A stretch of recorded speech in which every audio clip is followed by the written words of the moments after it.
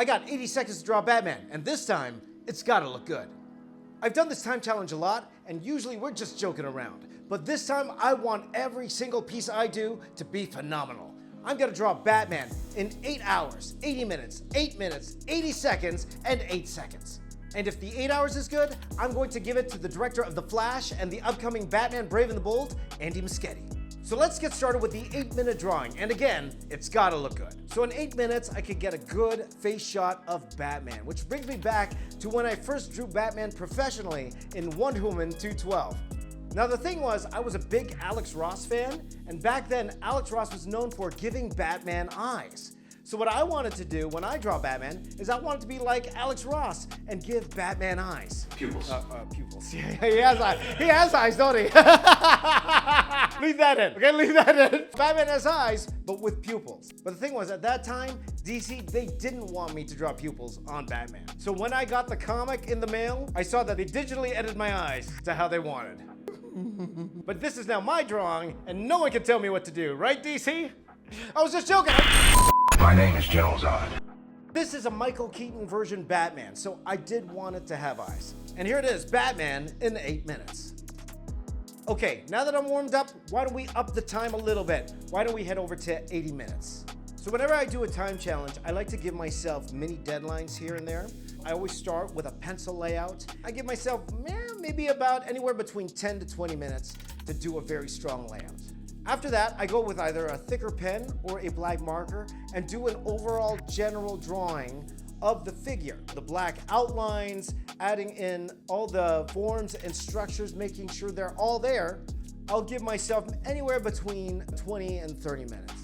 And then I spend another 10-15 minutes just adding little bits of detail here and there with a fine pen. Whatever time I have left in the challenge, I'll put into doing a background. Now, doing this time challenge for Batman is actually very sentimental for me because the very first viral video I've ever done was a Batman 10-minute, 1-minute, and 10-second video. Back then, I was lucky if my videos reached maybe 1,000, 2,000 views tops.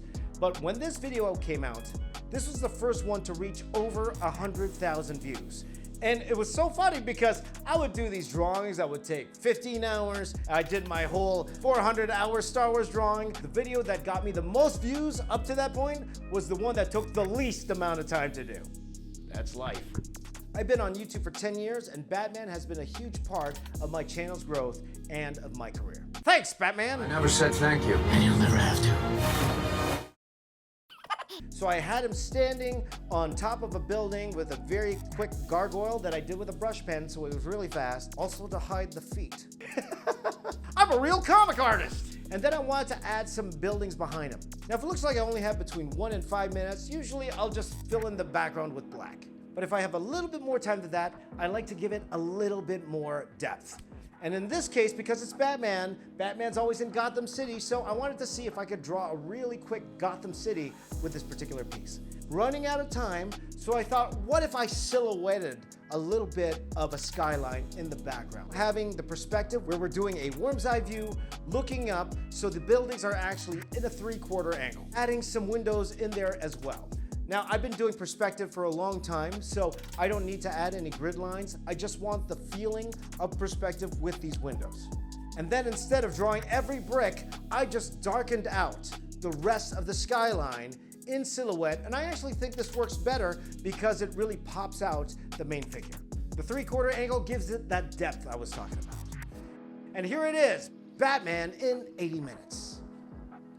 We're gonna get to the 8-hour one, and I have huge plans for this 8-hour drawing. There's a lot of characters I'm going to add, all these little details, and you know how I like my details. So before I get into that, why don't I test my speed, and let's do an 80-second drawing. And this time, no joking around. It's gotta look good.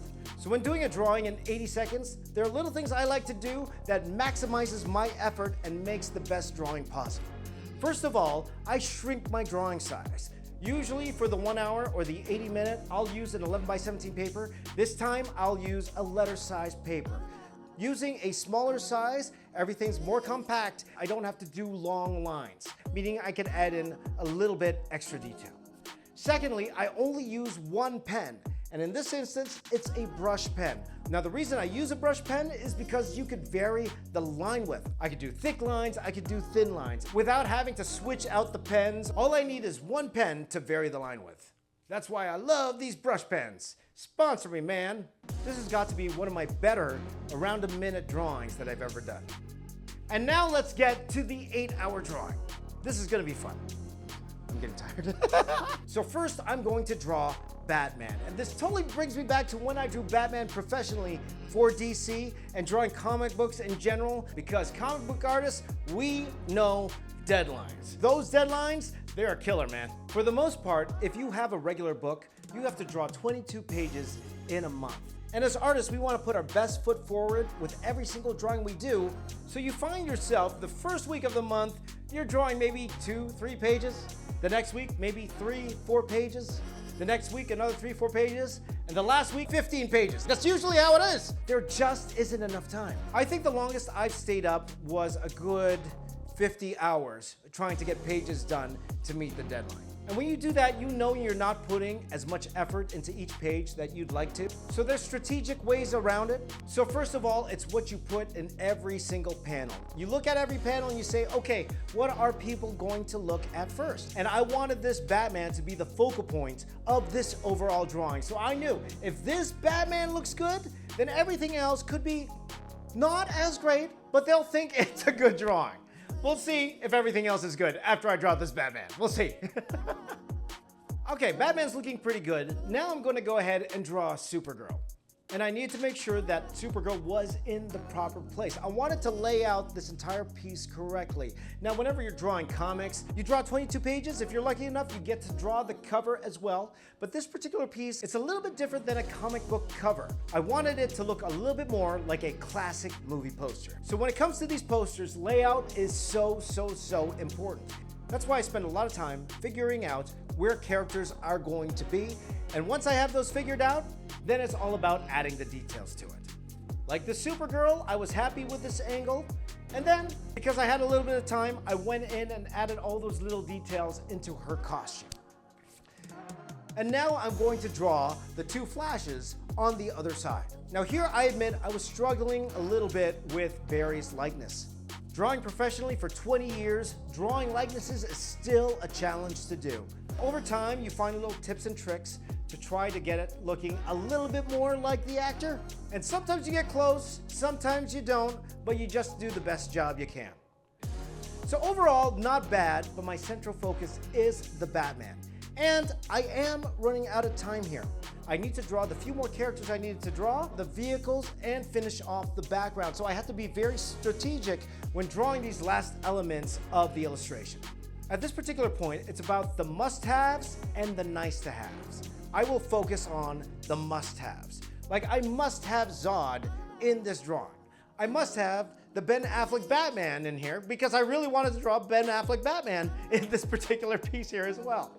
I must have the Batmobile because I was a big fan of the 1989 Batman. I wanted that Batmobile in this drawing, and also wanted a couple other vehicles to kind of balance out the composition.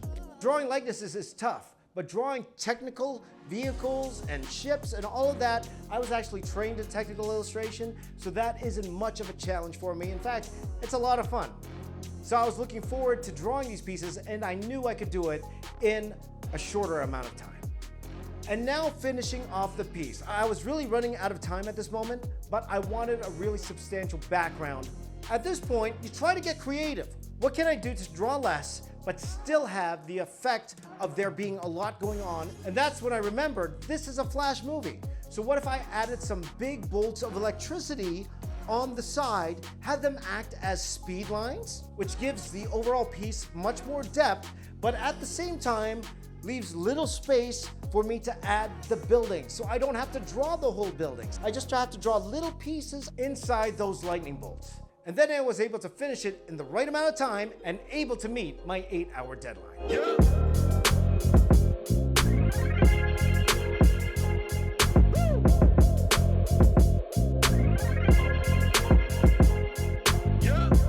Now off to the movie theater to give this to the director of The Flash and the upcoming Batman Brave and the Bold. If you want to see me give the drawing to the director, Andy Muschietti, and the producer, Barbara Muschietti, you can watch this video right now. Before we get there, why don't we have a little bit of fun?